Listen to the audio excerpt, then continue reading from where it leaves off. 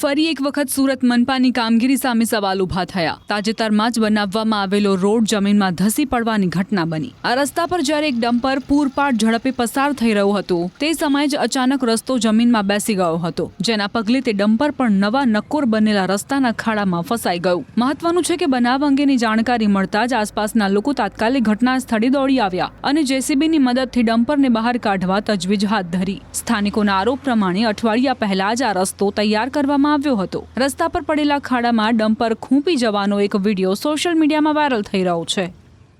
સુરત મહાનગરપાલિકા કૌભાંડોનું સૌથી મોટું ઘર બની ગયું છે। થોડા દિવસ પહેલા જ પ્રી મોન્સૂનને લઈને જે રસ્તાઓ ખોદાયા હતા ત્યાં પેચવર્કનું કામગીરી કરવામાં આવીને પેચવર્કની કામગીરી કેટલી હલકી કક્ષાનું કરવામાં આવ્યું છે તે દ્રશ્ય જ જોઈ શકાય છે કે એક ડમ્પર આખું બેસી ગયું છે। આ રોડ હજુ થોડા દિવસ પહેલાં જ બન્યો છે। આ તમે જોઈ શકો છો કે આ રોડનું પેચવર્ક કરવામાં આવ્યું છે, ત્યારે રોડની બીજી બાજુ રોડનું લેવલ નથી, એટલે કે અહીંયા અવારનવાર ગાડીઓને નુકસાન થતું હોય છે। ત્યારે દ્રશ્ય જોઈ શકાય છે આખું ડમ્પર બેસી ગયું છે, ડમ્પરને જેસીબી મશીનથી કાઢવામાં આવી રહ્યું છે।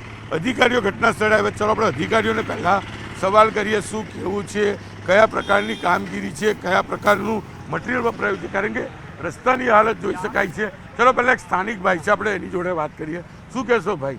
भैया वहाँ पे एक्सीडेंट बहुत होता है। क्यों? पानी लेने या और रोड पे ब्रेकर एक चाहिए, क्योंकि हमेशा अभी ये हालत क्या है? अभी एक हफ्ता हुआ बने हुए। एक हफ्ता ही हुआ? हाँ, एक हफ्ता। ये और यहाँ पे आपके सामने ही गाड़ी पलटी हुआ, यहाँ से किनारे तक देख लीजिए रोड कितना खराब है।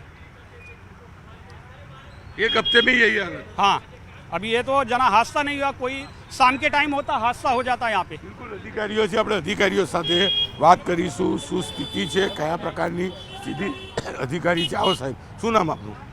રવિભાઈ પટેલ। રવિભાઈ, રોડ બન્યો છે એક અઠવાડિયા પહેલાં, રોડ બન્યો છે એટલે આ ખાલી કાર્પેટનો જે પેચવર્ક નાનું જે રીતે આ લોકો હાઇડ્રોલિક કામ કરી ગયા છે ને, એ હાઇડ્રોલિક ડિપાર્ટમેન્ટવાળા આના પર કામગીરી કર્યા પછી એના અંદર માટી પુરાણને એવું કર્યું, પછી એને ક્યોરિંગ કરવાનું આવે છે, એ એમણે વ્યવસ્થિત ક્યોરિંગ કર્યું ના હોય એટલે બેસી ગયું છે। પણ આ જે રસ્તા પર જે ઓલરેડી ટ્રાફિક વધારે રહી છે એટલે અમારા ડિપાર્ટમેન્ટ મેન્ટેનન્સ ડિપાર્ટમેન્ટ જે અમારા ડિંડોલી ડેપો તરફથી જે કામગીરી કરવાની છે એના પર જે જીએસપી વર્ક કરી ને એના ઉપર નાનું પેચવર્ક કરવામાં આવેલું છે। બાકી એક બાજુ રસ્તો બેસી ગયો, બીજી બાજુ રસ્તાની ઊંચાઈ હા, છે, એટલે એ આખો રસ્તા પર હાઇડ્રોલિક વાળા અને ડ્રેનેજ વાળા જે વર્કિંગ કરી ગયા છે એના પછી આખો રસ્તાનું કાર્પેટિંગ કરવાનું બાકી છે।